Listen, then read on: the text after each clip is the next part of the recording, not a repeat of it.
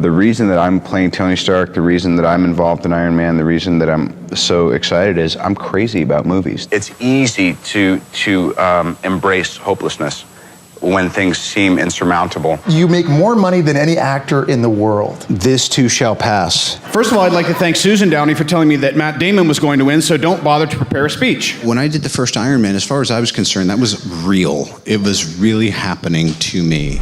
He's an American actor who made his screen debut at the age of 5. He's well known for portraying the role of Iron Man. He has topped the list of Hollywood's highest paid actors, earning over $80 million between 2014 and 2015. He's Robert Downey Jr., and here's my take on his top 10 rules for success. Number 1 is my personal favorite, and make sure to stick around all the way to the end for some special bonus clips. The reason that I'm playing Tony Stark, the reason that I'm involved in Iron Man, the reason that I'm so excited is I'm crazy about movies. That's why I wanted to become an actor. That's like, I could cry watching Chud, Cannibalistic Humanoid Underground Dwellers. I buy into movies, I love it. I see The Fly, I don't care if that's Jeff Goldblum going, you know, I'm in it. They're transporting, the fly's dying. I mean, I'm a sucker for this stuff. Essentially, and I would say this to anybody, is that, you know, it's really, it's easy to embrace hopelessness when things seem insurmountable. And yet, it's actually just a matter of time until all of the elements come together for things to be all right. I mean, I believe that, you know, most difficult situations will resolve themselves if you are persistent and if you don't give up entirely. And that's what I never did. I never gave up. Here's a little holiday greeting I've been wanting to send to the Mandarin. I just didn't know how to phrase it until now. My name is Tony Stark, and I'm not afraid of you. I know you're a coward. So I've decided that you just died, pal. Why was it so important to you to get the role of Iron Man? Because you have described it as like a fight. You fought everybody off for that role. Right. Just because I had a really good feeling about it, and I think there's things in life with, like, you know, relationships or with life paths or stuff like that. To tell you the truth, I felt like, I just felt like it would wind up putting me in a position, you know, in this industry, in this business, that would give me more creative freedom. Well, it did that. It did that. You make more money than any actor in the world. This too shall pass. By the way, I don't even know if that's true. I can tell you I pay more taxes than anybody I've ever met. Truth be told, is I've never, ever been motivated by money. I gotta give it to you, man, because you just seem like such a normal guy. How are you able to stay grounded? That is my superpower. Talk to my wife. Exactly, that's what it is. Make people believe you're normal. Yeah, absolutely.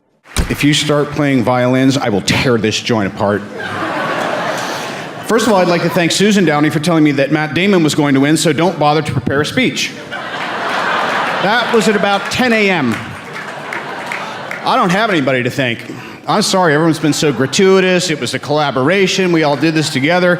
Certainly not going to thank Warner Brothers, Alan Horn, and, my God, robbing off these guys. They needed me. Avatar was going to take us to the cleaners. If they didn't have me, we didn't have a shot, buddy. What am I going to do? Thank Joel Silver. The guy's only restarted my career 12 times since I began 25 years ago.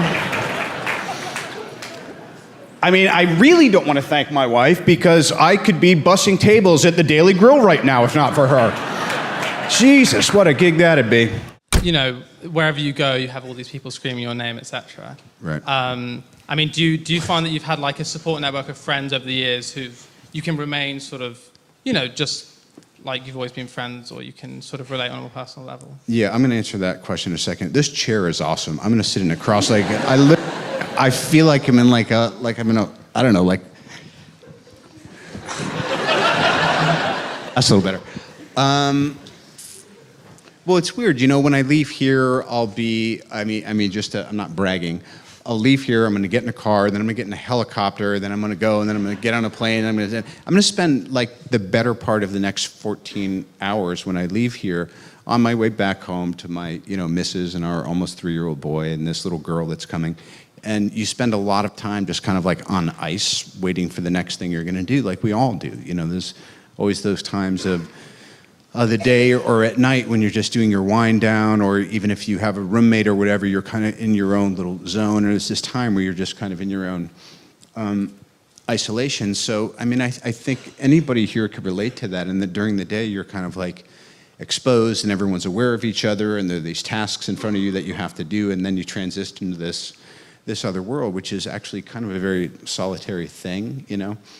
So to answer the question about being grounded if and when I am, it's just like, you know, I'm not saying it's not all it's cracked up to be. It's really fun to be me right now. But it's tempered by that just kind of like, you know, nobody, when I walk into my house, people aren't going like, whoa! They're like, you know. Susan's like, did you let Monty out? Did you let the cat out? I'm like, I don't know. I don't think I did. I don't think he's in the house. Go look for him. I'm like, oh. So I'm going outside to look for a cat you think I might have let out. You always let him out. So it's kind of like that. I mean, it's extraordinary. You had gone through a period in your life, and you talk about life stories and life paths. You had 5 years where your career could have taken a completely different turn. Yeah. You had the drugs, you had the prison, you had the rehab, and then you pulled it all out of the fire, so to speak. I mean, how did you manage to get from that position to this position? It's easy to believe that things are gathering momentum and going into a negative place. I mean, I think human nature can tend to be a little bit critical of itself and of its society. And rather than quantifying good times or bad times or highs or lows, I think it's really just about, you know, we're kind of evolved apes and we think we're a lot smarter than we are. But if we survive whatever life throws at us, you tend to get opportunities.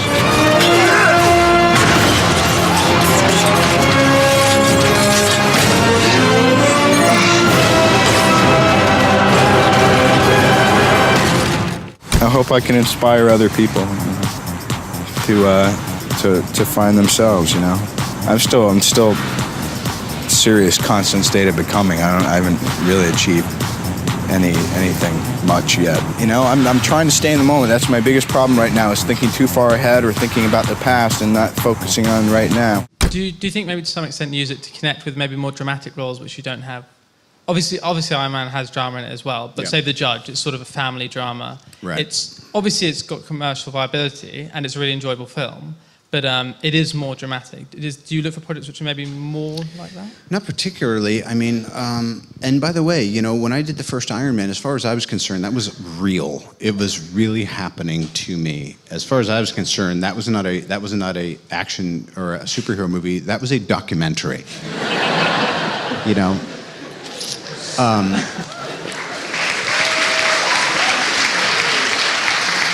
And to a certain extent, you know, the same thing with like maybe like the Sherlock series, like, you know, oh, it's been done a million times. What you do, and you go back and you read the books and you say, wow, this medium hasn't really been explored. And you know, I think sometimes by returning to the simplest ideas and the original ideas of something, you can kind of reinterpret it in a way.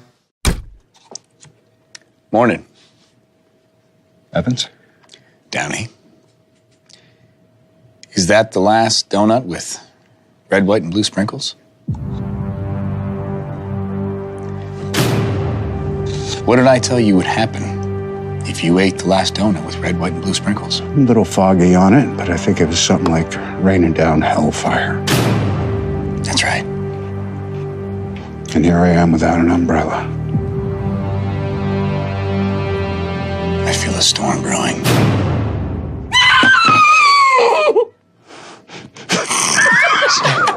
Hold on, if we don't play that back, I'm canceling the press tour.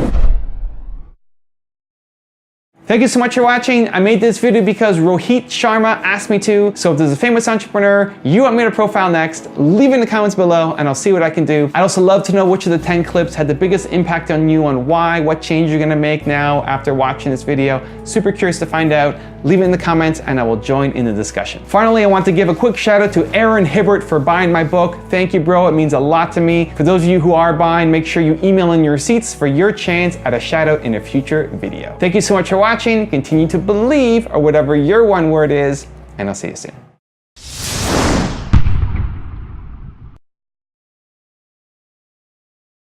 I like, you know, seeing a performance that makes me question whether or not I should, you know, turn it in.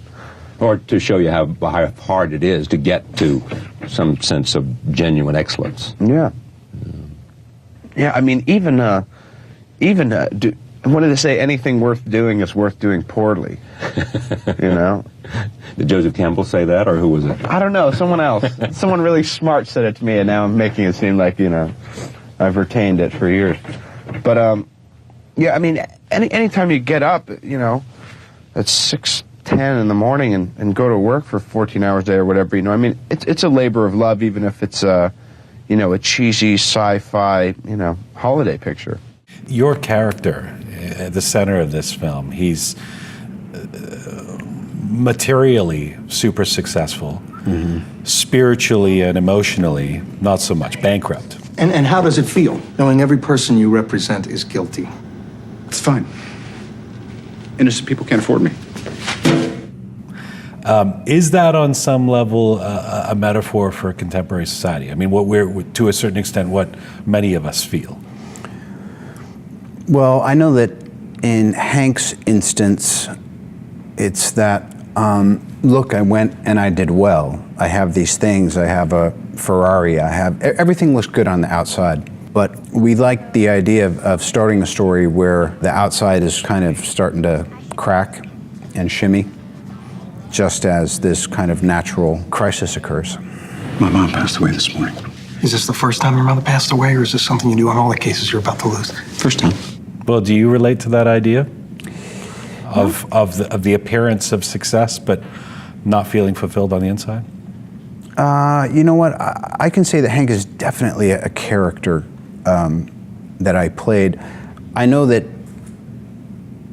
when you have motives to have worldly things, when you attain them, there's an emptiness on the other side. I think that's just a function of spiritual growth, And because I've had such kind of extremes of fortune and misfortune, I kind of have come to appreciate, both. But I think in Hank's case, it's... Meaning you like the material success. You don't mind it. Meaning that I see how either one of them can be disillusioning. Oh. Because some folks really love drama, and some folks really love having stuff that puts a wall between them and you. So there's some implied status, Another huge fan. This is a favour, a small favour. You don't have to do it if you don't want to. Yes, but essentially, I've written a radio play, and a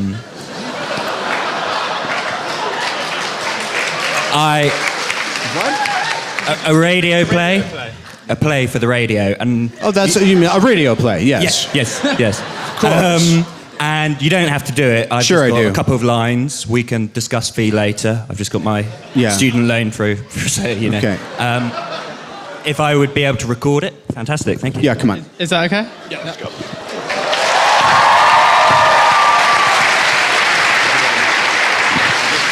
you have a microphone? What is... So I've got two plays. This is a play about the weapons industry, and that's the name of it. Yes. And then this is another play where... Do you want a mic as well? So I'm announcing one play, then I'm announcing another play. Yeah, two kind of sound bites that be in it, and then this is just a random caller. Dude, do you want a mic as well? Sorry, we're rehearsing. Sorry. How exactly would you like me to say it? Well... I never listen to directors anyway. No, your own interpretation. I'm not going to tell you how to do it. Do you want me to say it's me and I'm introducing this piece? You could, yeah. I edit it a bit, and Yeah. Okay, brilliant. What do you want me to say exactly? Heckler and Koch. It needs to be forceful. It needs to be you. Okay, and recording now. Right off the bat, I have a piece coming at you about the weapons industry. It needs to be forceful. It needs to be explosive. It needs to have a backup clip. It's called Heckler and Koch. Great. And then that one, that line there.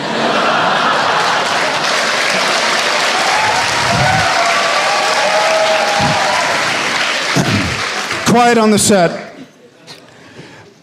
For my follow-up piece in the trilogy, as yet to be unnamed, the third part, part 2 is about a young mastiff who's really marking all the trees. It's called Territory.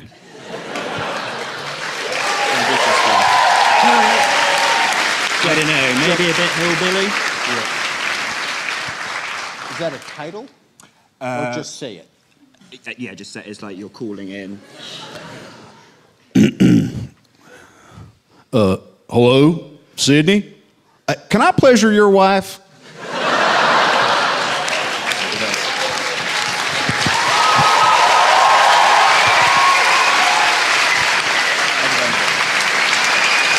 Sometimes you just gotta go for it.